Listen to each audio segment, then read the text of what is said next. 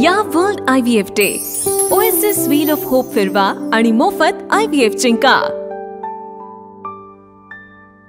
गुरुवार 31 जुलै 2025 सकाळी 6 वाजताच्या सुमारास नागपुरातील प्रसिद्ध महाराजबाग प्राणी संग्रहालयामध्ये एक इसम शिरतो।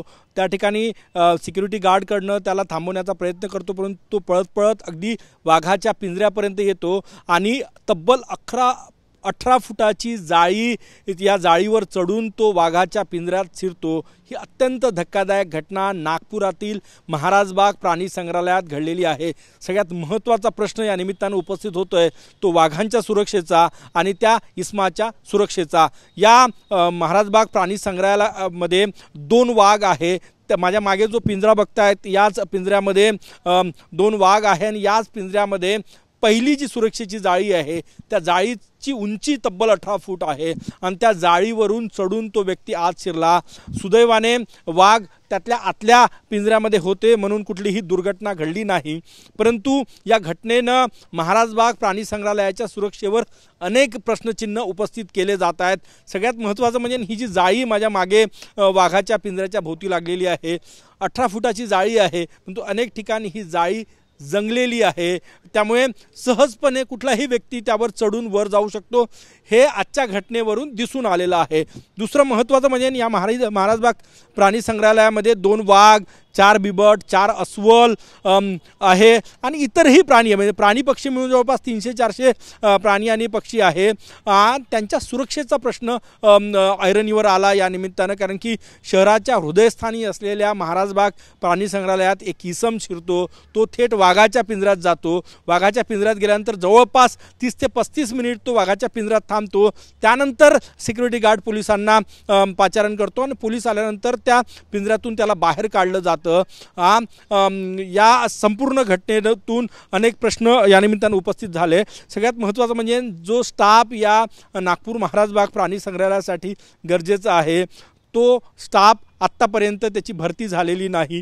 वारंवार मागणी करूनही फक्त 5 परमनंट पोस्ट या ठिकाणी भरलेल्या आहेत। जवळपास आणखी 10 ते 12 अधिकारी आणि कर्मचाऱ्यांची गरज आहे, कंत्राटी कर्मचाऱ्यांची गरज आहे, ते भरले गेले नाही। सगळ्यात महत्त्वाचं म्हणजे इथे वाघ आणि इतर प्राण्यांच्या सुरक्षेसाठी एका गनमॅनची गरज आहे, परंतु गनमॅनही आत्तापर्यंत या महाराजबाग प्राणी संग्रहालयाला मिळालेला नाही। एखादी घटना घडल्यानंतर त्याची कारणमीमांसा जाणून घेण्यापेक्षा ती घटना घडणार नाही आणि कशामुळे घडणार नाही तर त्यावर उपाय शोधणं गरजेचं आहे।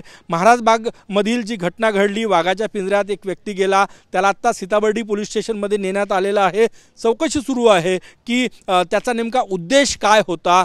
जर एखाद्या व्यक्तीला शिकार करण्याच्या उद्देशानं किंवा कुठल्या इतर उद्देशानं वाघाला इजा करण्याच्या उद्देशानं तो आला असता किंवा येण्याचा प्रयत्न करत असेल तर मग प्रशासनावर नंतर दोष देऊन काय फायदा।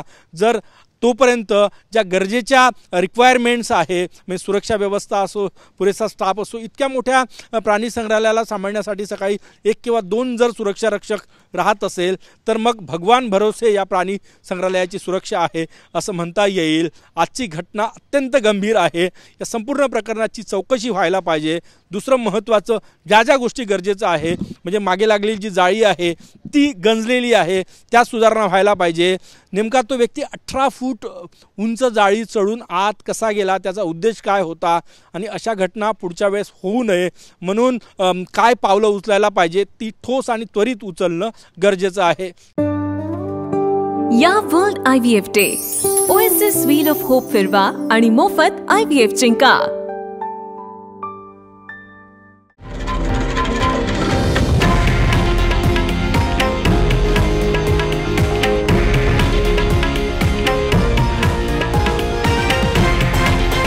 हे आहे देशातील नंबर 1 न्यूज नेटवर्क आणि आपण पाहत आहात TV9 मराठी, एकमेव।